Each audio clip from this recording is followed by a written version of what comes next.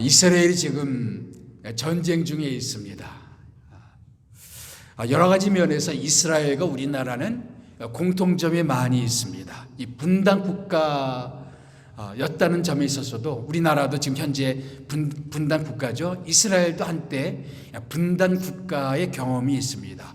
솔로몬 이후에 나라가 둘로 나누어져서 북왕국 이스라엘, 남왕국은 뭐라고 불렀습니까? 유다. 그래서 북왕국 이스라엘, 남왕국 유다라고 불렸습니다. 이 나라가 분단 국가가 된 이후에 이스라엘 그 두 나라는 급속도로 우상천지가 됩니다. 그런데 그때 한 인물이 등장해요.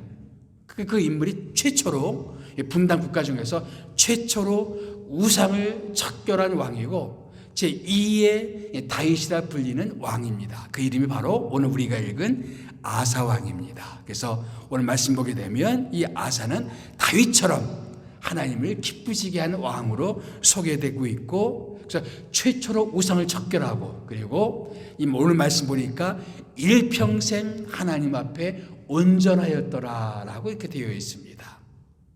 좋은 왕이죠. 계속해서 안 좋은 왕이 등장했습니다. 르호보암, 여로보암, 여러 왕들은 하나님 앞에 악한 왕으로 평가되고 있었는데 드디어 최초로 선한 왕이 등장했어요. 다윗 같은 왕이 등장했습니다. 하나님을 미워하시는 우상을 척결하는 왕이 등장했습니다. 아사 왕입니다. 그런데 오늘 말씀에 이상한 문구 하나가 따라옵니다. 바로 23절 말씀이에요. 그러나 이 접속사 그러나 그는 늙음하게 발에 병이 들었더라. 무엇인가를 암시하는 듯한 말씀인데 열왕기 상에서는 자세하게 그 부분에 대해서 언급하지는 않습니다.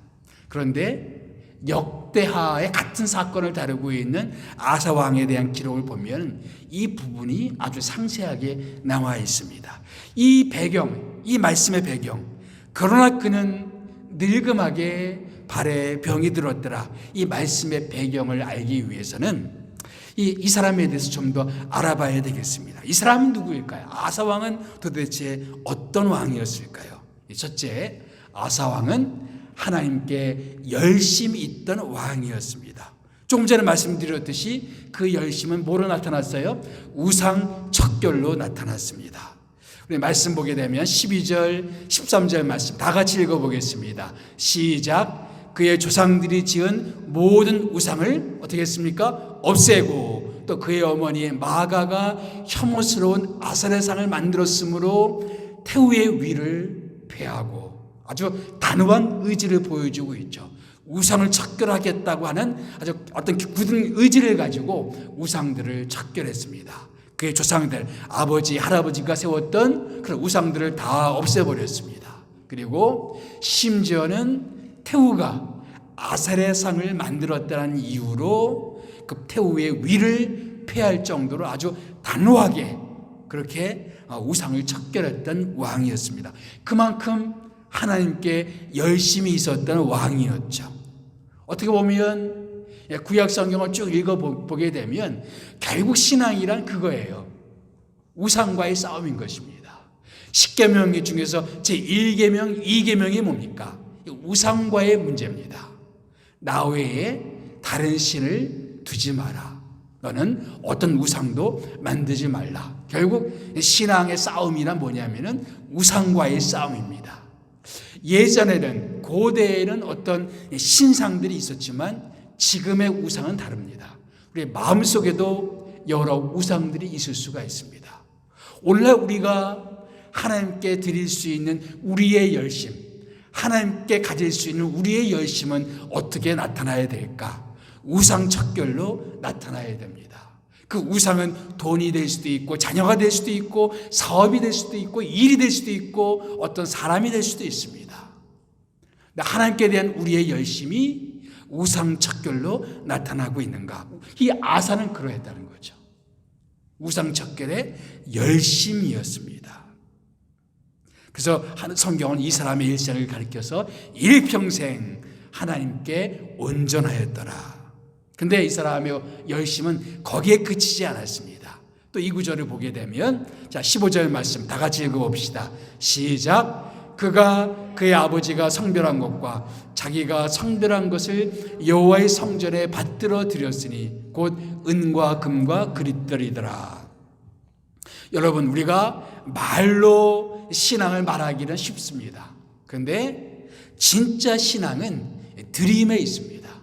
우리가 물질을 드리고 시간을 드리고 우리의 마음을 드리고 구체적으로 하나님 앞에 우리가 무엇을 드리는가가 진짜 우리의 모습을 보여주고 있습니다.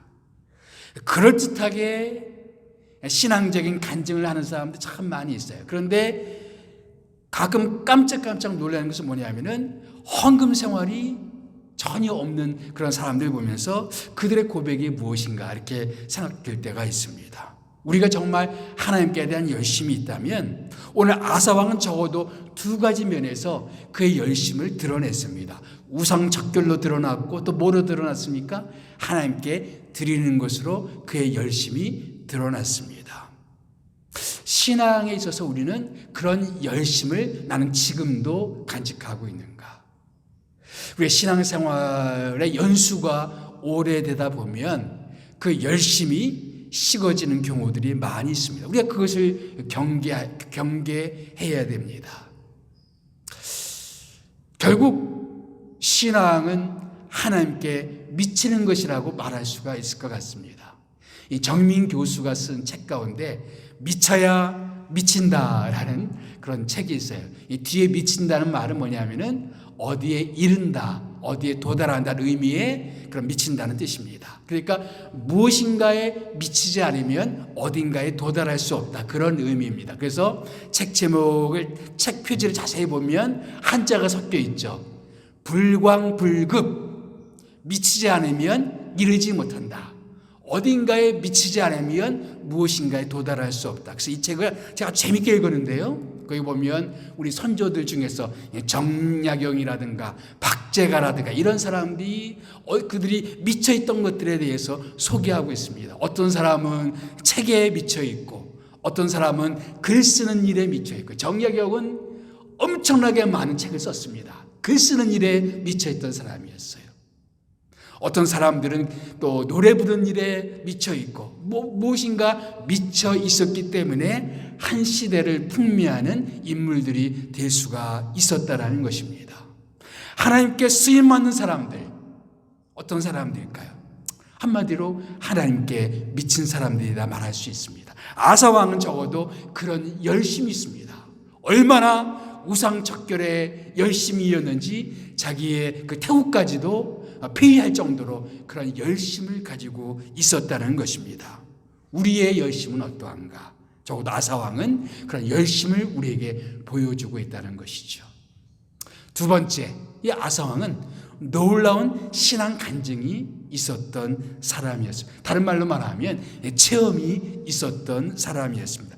오늘 본문에는 이 사실이 별로 자세하게 나와 있지 않습니다. 그러나 역대하 14장, 15장을 읽어보면 이 부분에 대해서 자세히 나와 있습니다. 그가 왕이 된 지 약 10년 후쯤에 한 대제국이 쳐들어옵니다.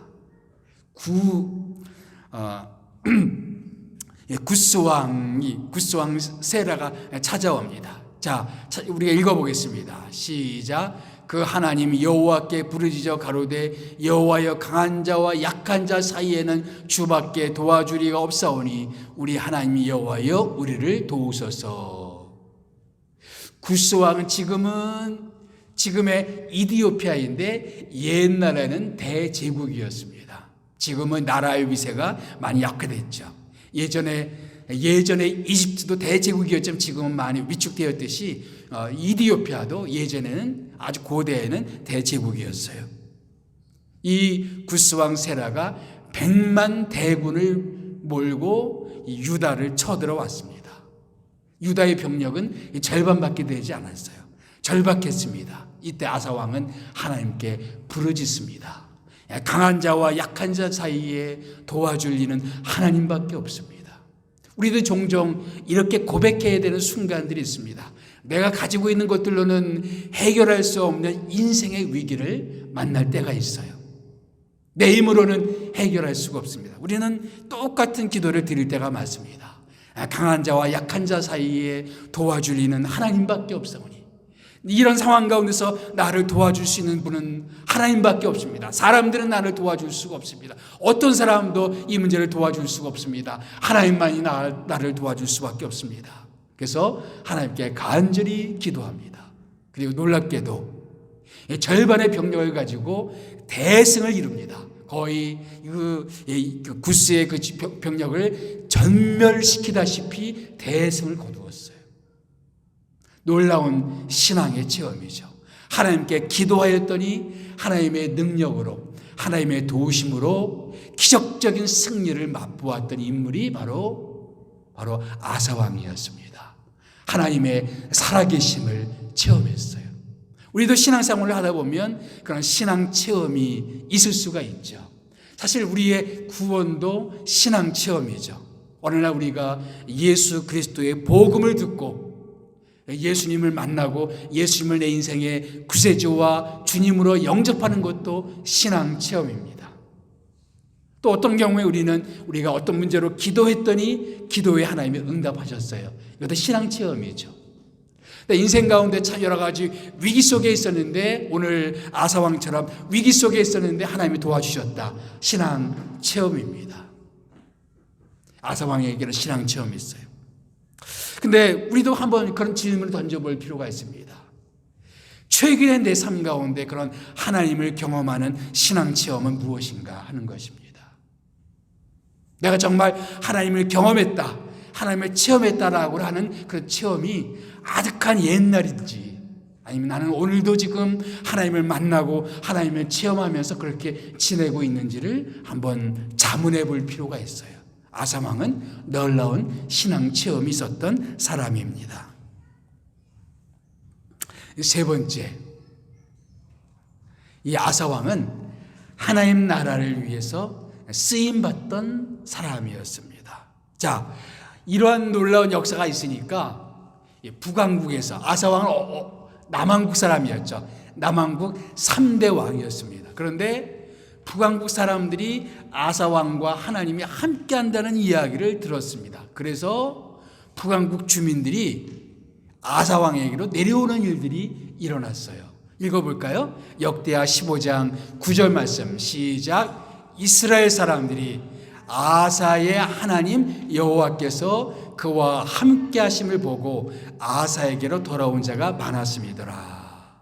여기 이스라엘 사람들, 북왕국 사람들이죠. 북왕국 사람들이 남왕국 아사와 하나님이 함께 하신다는 이야기를 듣고 나는 그 아사가 섬기는 하나님과 함께 하고 싶다 그래서 북왕국 사람들이 내려왔어요.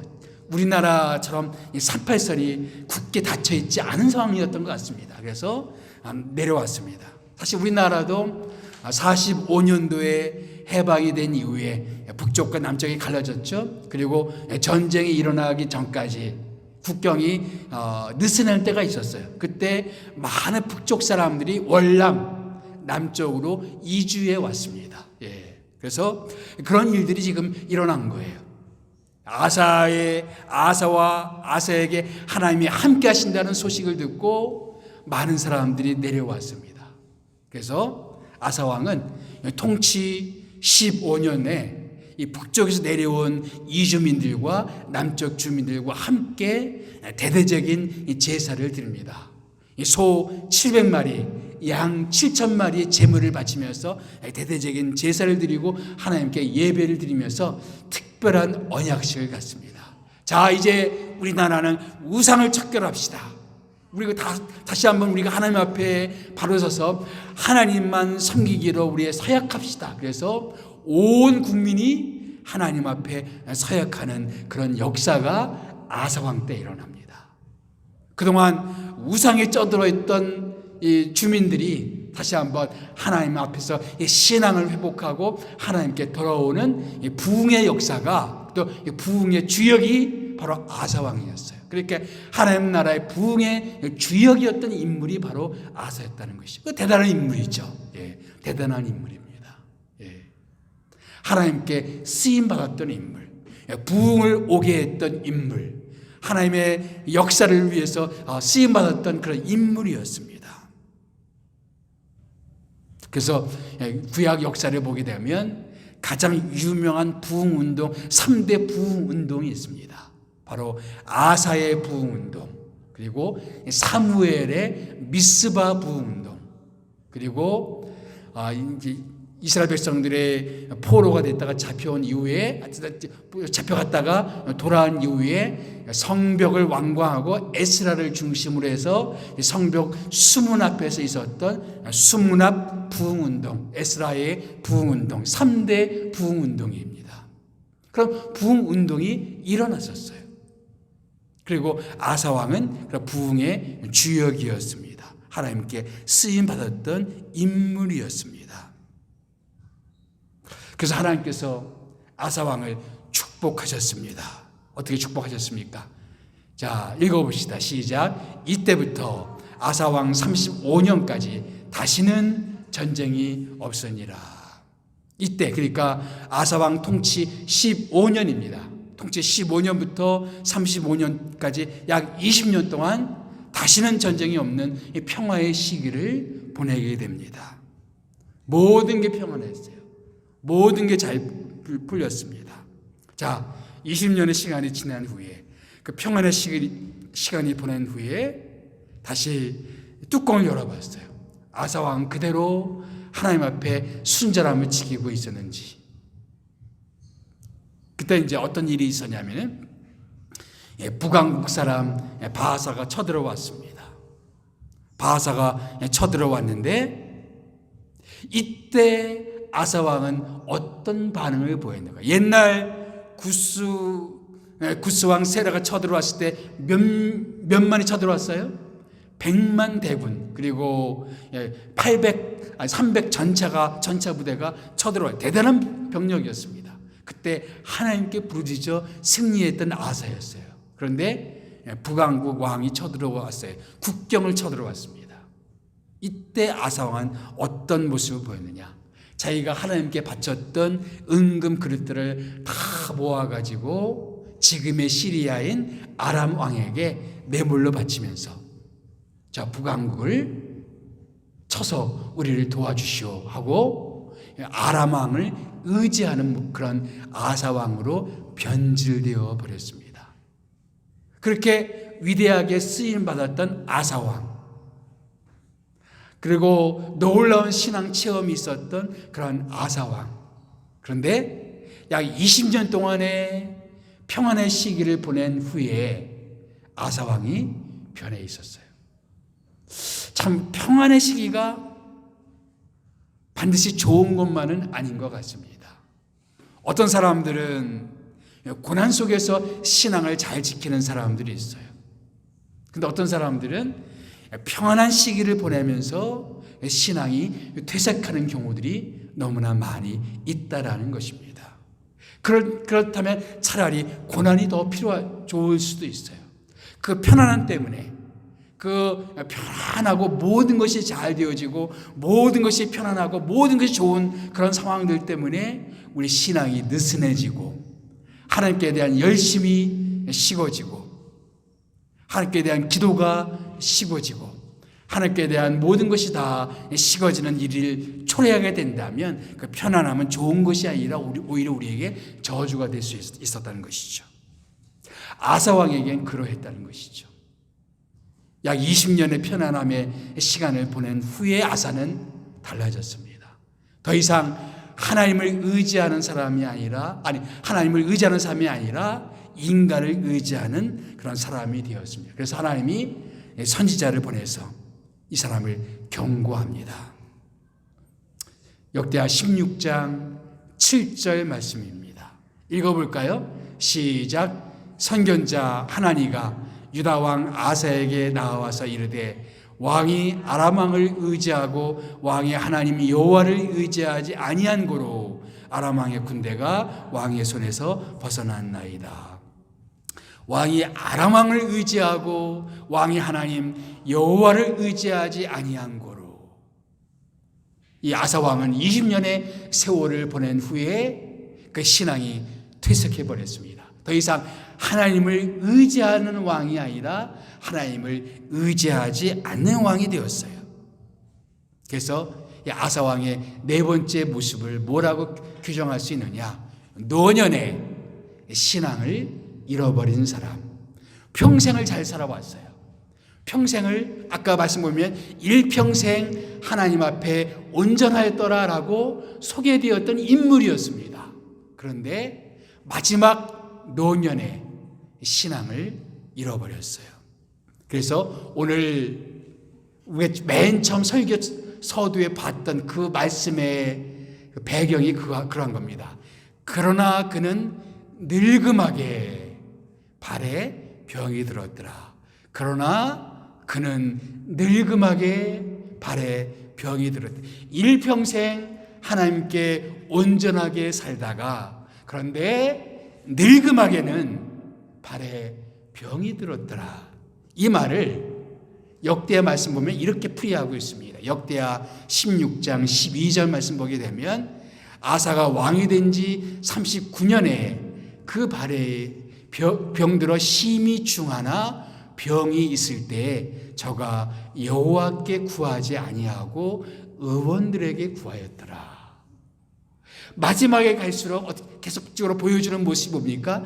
더 이상 하나님을 찾지 않아요. 하나님을 구하지 않습니다. 다른 방법들을 찾습니다. 전쟁이 일어나면 이웃왕의 도움을 구하고 병들면 의원을 구하고 더 이상 하나님은 찾지 않는 아사왕으로 변질되어 버렸습니다. 늙음하게 병들어 버린 사람, 늙음하게 신앙을 잃어버린 사람, 늙음하게 미지근해진 사람, 더 이상 하나님을 찾지 않는 이런 모습.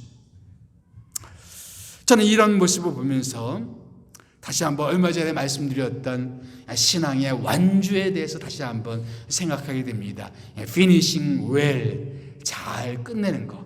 한평생을 순적하게 살다가, 한평생을 열심 있게 살다가, 한평생을 신앙의 사람으로 살다가 늙음하게 변질될 수가 있다.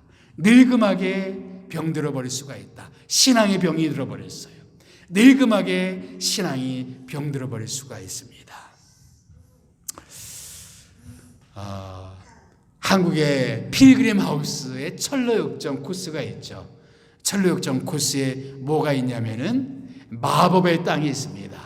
마법의 땅에 한 인물상이 있는데요. 인물상을 보게 되면 졸고 있는 모습입니다. 졸고 있죠. 네. 이 마법의 땅은 순례길에 거의 끝나가는 지점에 있습니다. 많은 순례자들이 그동안 순례길에 있는 많은 신앙의 위기들과 싸움을 벌입니다. 그래서 여러 가지 싸움들이 있습니다. 그를 유혹하는 싸움들이 많이 있어요. 곁길도 많이 있었습니다. 곁길로 가지 아니하고, 그리고 또 여러 여러 마귀들과 싸움도 있고, 그 모든 싸움들을 잘 이겨내서 거의 순례길의 마지막까지 잘 왔어요. 그런데 순례길이 거의 끝나가는 이 마법의 땅에서 그 달콤한 유혹에 빠져서 그냥 잠이 들어버리는 사람들. 마지막까지 잘 왔는데 마지막 순간에 영적인 잠이 들어버리는 그런 마법의 땅에 있는 인물상을 만나게 됩니다. 우리의 모습이 그럴 수가 있다는 거예요. 평생은 잘 살아왔어요. 신앙의 싸움을 잘 싸우고 선한 싸움을 잘 싸우고 자기 신앙을 잘 지켜왔는데 마지막에 가서 영적인 잠이 들어버리고, 마지막에 가서 신앙이 잃어버리고, 마지막에 가서 병들어버리고, 늙음하게 미지근해져 버리고, 늙음하게 병들어버린 그런 모습이 우리의 모습은 아닐까. 우리는 연약합니다. 우리는 참 끝까지 정신을 차리지 않으면 우리도 모르는 사이에 그렇게 병들어 버릴 수가 있다. 지금은 우리가 하나님을 이렇게 예배하지만, 지금은 우리가 하나님께 나와서 열심으로 나오지만, 시간이 지나가면서 서서히 우리가 병들어서 늙음하게 병들어 버리는 모습이 우리의 모습이 될 수가 있다라는 것입니다. 그래서 우리는 기도할 필요가 있습니다. 하나님, 우리가 끝까지 완주할 수 있도록 도와주시옵소서. 이 신앙을 끝까지 유지할 수 있도록 도와주시옵소서. 바울사도처럼 내가 선한 싸움을 다 싸우고 또 내가 달려갈 길을 다 가고 내 코스를 다 달릴 수 있도록 하나님 우리를 도와주시옵소서. 그렇게 기도할 필요가 있습니다. 우리 한번 기도합시다. 우리 시간 함께 기도할 때 우리 한번 이렇게 기도를 했으면 좋겠습니다. 하나님, 우리가 아사왕처럼 초반에는 하나님을 잘 섬겼지만 늙음하게 병들어 버렸던 그런 모습처럼 우리가 그렇게 되지 않도록 하나님, 저희들의 신앙을 유지할 수 있도록 하나님, 우리 신앙의 열심을 회복할 수 있도록 저희를 도와주시옵소서. 함께 이 시간 기도하겠습니다.